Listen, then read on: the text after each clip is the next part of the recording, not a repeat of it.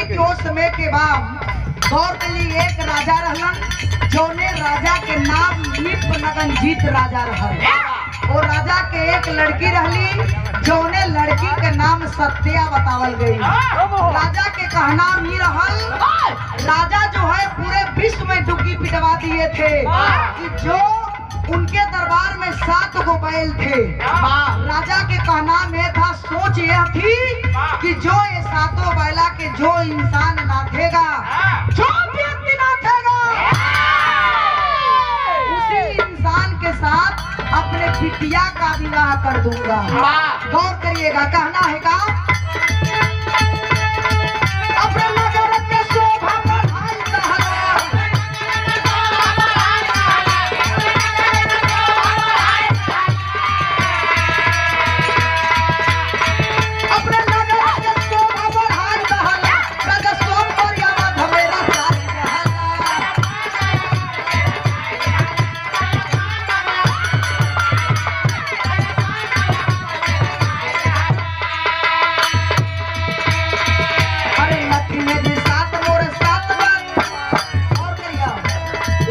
सोच ये रहल कि जे 7 बैला के नाथी, चाहे बूढ़ होके, चाहे काना होके, चाहे कोतर होके, चाहे लंगड़ होके, चाहे लूज होके, जे नाथी ओकरिए साथे शादी करब, जे नहीं नाथी ओकरे साथे शादी नहीं करब। ओहे का कहे मिला, अरे नथी जे 7 मोरे बैल मारा कहवा,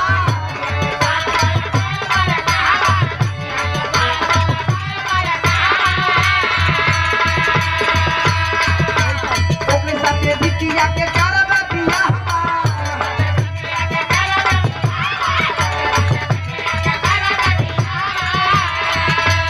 नदिया 7 मोरे बैल मारा कहवा, ओके साथे सत्या के करब बियाह।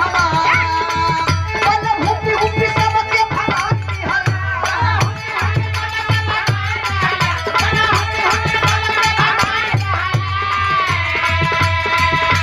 हुपी हुपी सबके भगा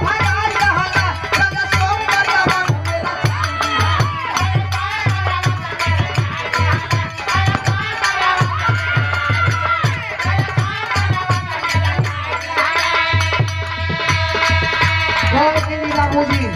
एक तरफ जो है उनके राजा जी के दरबार में, एक तरफ पूरे जब विश्व में डुबकी पीट जाती है, देश देश के राजा महाराजा उस निप नगनजीत के राज में आने लगे, और एक तरफ राजा महाराजा बैठ गए और बीच में जो है 7 बैल को रख दिए, और 7 बैल के बगल में राजा निप नगनजीत अपने बिटिया सत्या को खड़ी कर दिए। और खड़ा करने के बाद जितने राजा महाराजा आए हुए थे बाबूजी, जिनका जिनका नजर वो सत्या पर जाती थी, हर एक राजा देखते थे, सोचते थे ओ कितना सुघर है, क्या चीज है, क्या माल है।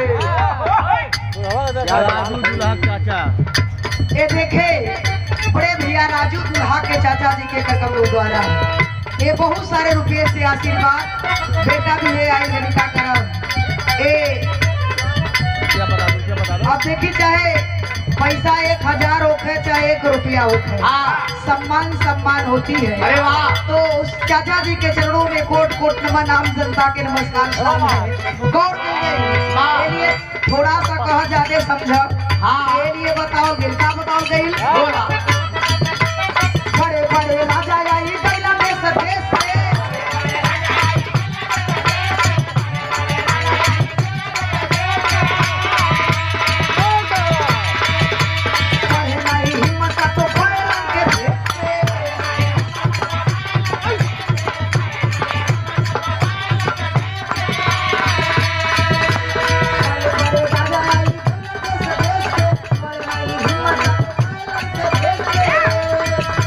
हुपी हुपी सब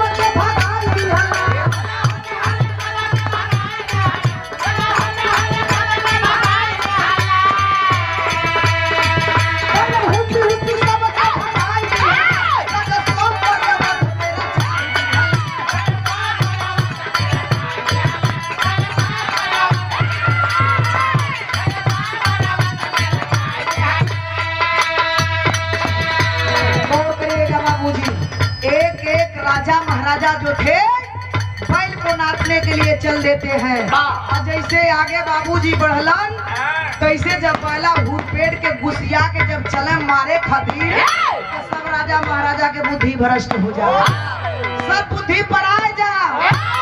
और राजा महाराजा अखाड़ा छोड़ छोड़ के भाग गई। निप नगनजीत और राजा के बिटिया और राजा के बैल ओई दरबार में खड़ा बना। निप नगनजीत राजा सोचे लगलन, ओ लगत बा हमार बिटिया जिंदगी भर कुंवारा रह जाए, नहीं तो केहू बैला के नाथी और नहीं तो बिटिया के शादी हुई। राजा के सोच ये नहीं थी कि कोई कुंवार लड़का बैल को नाथेगा, कोई शरीफ लड़का नाथेगा, कोई विद्वान लड़का नाथेगा।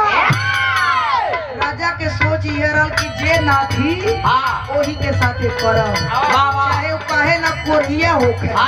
ए बाबू ये बतिया के भगवान कृष्ण जी सुनत रहलन। देखा भइल का सातो बैलन के सामने नाथ छड़ भर में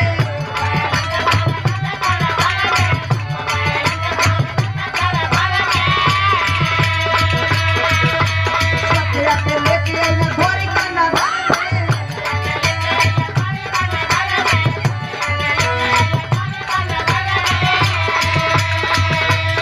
भगवान कृष्ण अइलन एक जोगी के साधु के भेष बना के आए तो केहुनी ले ले रहा है बाबू। ओई केहुनिया के लेके ठिगत ठिगत चल गए ओई दरबार में और जाको बैलन के साथों के नाथी रहलन। नथले के बाद जैसे बैला नथैला वैसे निप नगनजीत राजा बड़ा खुश भइलन। सोचला कि ई हमार बिटिया जोग बाटे है, लेकिन ई नहीं सोचला कि हमार बिटिया कुंवारी बा, आए बुढ़वा के साथे कैसे जाई, एकरे साथे जिंदगी कैसे बीती। ए बाबू राजा के सोच नहीं थी, राजा शान शौकत से जीते थे और यही सोचते थे कि जो मेरा बैल को नाथेगा उसी के साथ बिटिया के हाथ को पकड़ाऊंगा। जैसे वो बुढ़वा जो ने बाबू बा बैला के नथलन वैसे चट देना का कि ने निप नगनजीत राजा पर बिटिया के हाथ वो बुढ़वा के हाथे में दे दे। उ ना जानला कि भगवान कृष्ण हवे, आ बुढ़ऊ के हाथे में दे दहलन। तो बुढ़ऊ का केला बाबू तुरता उ सत्या से बियाह कैलन। अब बियाह कह के देखा अपने दरबार में लेके चले ना कौने जगह, द्वारिका नगरी में। कहा है का